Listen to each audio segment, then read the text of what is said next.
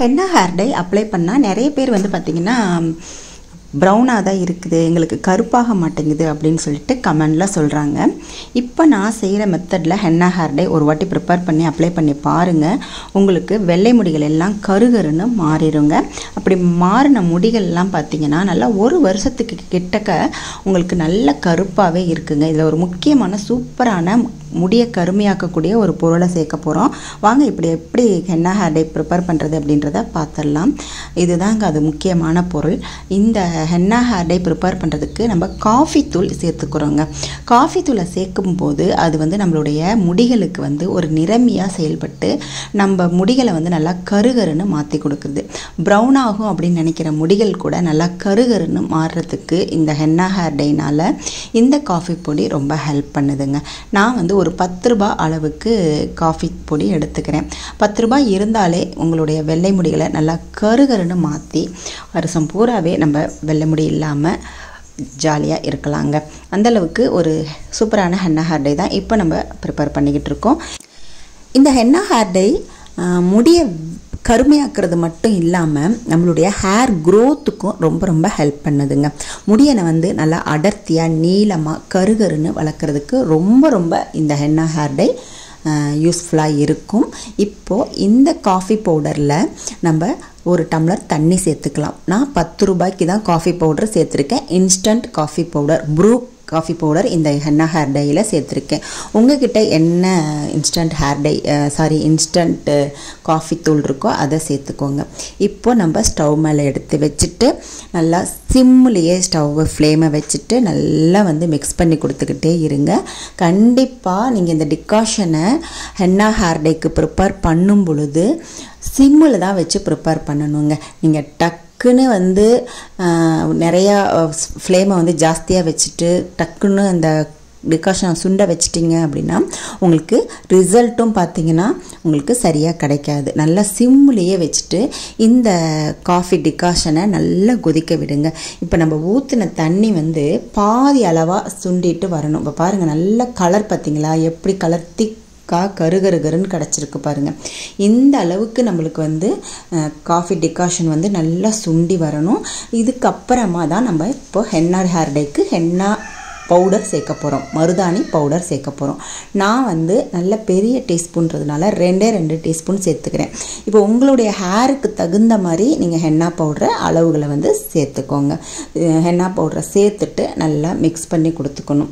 அடுத்து இதோட வந்து நம்ம பிரிங்ராஜ் பவுடர், கரிசலாங்கண்ணி பவுடர், இது நம்மளுடைய வெள்ளை முடிகளை நல்லா கருமையாக்குறதுக்கு ரொம்ப ரொம்ப ஹெல்ப் பண்ணுங்க.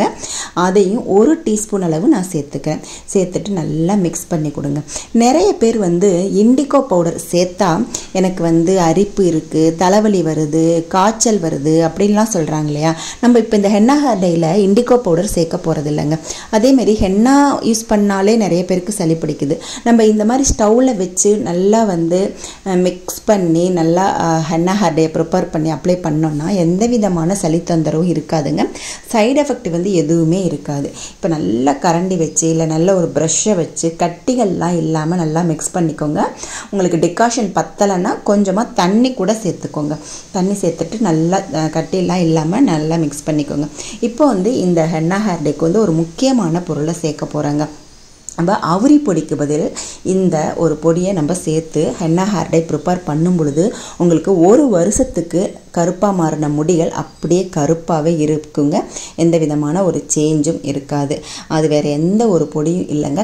கத்தா பொடி அப்படின்னு சொல்லுவாங்க. இதை கத்தா பொடியை வந்து நிறைய சேர்த்துடக்கூடாது. ஒரு 1/4 டீஸ்பூன் 1/2 டீஸ்பூன் சேர்த்திங்கன்னா போதும். நான் போட்ட மருதாணி பொடி அளவுக்கு சேர்த்துட்டு நல்லா மிக்ஸ் பண்ணி விட்டுருங்க. இந்த கத்தா பவுடர் நம்மளுடைய முடிகளை நல்லா கருகருன்னு மாற்றி கொடுக்கும். அதே மாதிரி இந்த கத்தா பவுடர் ஹென்னா ஹேர் டையில் சேர்க்கும்போது ஹேர் க்ரோத்தும் செம்மையாக இருக்குங்க. இப்போ பாருங்கள், கன்சிஸ்டன்சி கரெக்டாக வர வரைக்கும் நம்ம நல்லா மிக்ஸ் பண்ணிவிட்டு ஸ்டவ்வை ஆஃப் பண்ணிடுங்க. ஸ்டவ்வை ஆஃப் பண்ணிவிட்டு இதை அப்படியே வந்து ஒரு 2 மணி நேரம் வச்சிங்கனாலே போதும். இல்லை உங்களுக்கு டைம் இருந்துச்சுன்னா நைட்டு பூரா இதை அப்படியே விட்டுடுங்க. இப்போ பாருங்கள், இந்த கலராக இருக்கிறது நீங்கள் நைட்டு பூரா அந்த இரும்பு கடாயில் வச்சிங்கன்னா இரும்பு கடாயில் இருக்கிற அயனும் பார்த்திங்கன்னா நம்மளுக்கு ஹென்னா ஹேர் டை மிக்ஸ் ஆகி செம்மையாக கலர் சேஞ்ச் ஆகும். ஓகேவா? அது வரைக்கும் நம்ம வந்து நல்லா வந்து அப்படியே மூடி வச்சிடணும். அதுக்கப்புறமா நீங்கள் எடுத்து ஹேரில் நல்லா வந்து அப்ளை பண்ணுங்கள். இந்த ஹென்னா ஹேர் டே அப்ளை பண்ணுறதுக்கு முன்னாடி ஹேரில் எந்த விதமான அழுக்கு, அதே மாதிரி ஸ்கேல்பில் எந்த விதமான அழுக்கு எதுவுமே இல்லாமல் நல்லா சுத்தம் பண்ணி வச்சுட்டு இந்த ஹேர் டே வந்து நல்லா ப்ரஷ் வச்சோ இல்லை கை வச்சோ நல்லா வந்து ஸ்கேல்பில் படுற மாதிரி அப்ளை பண்ணிவிட்டு 1 மணி நேரம் அப்படியே விட்டுடுங்க.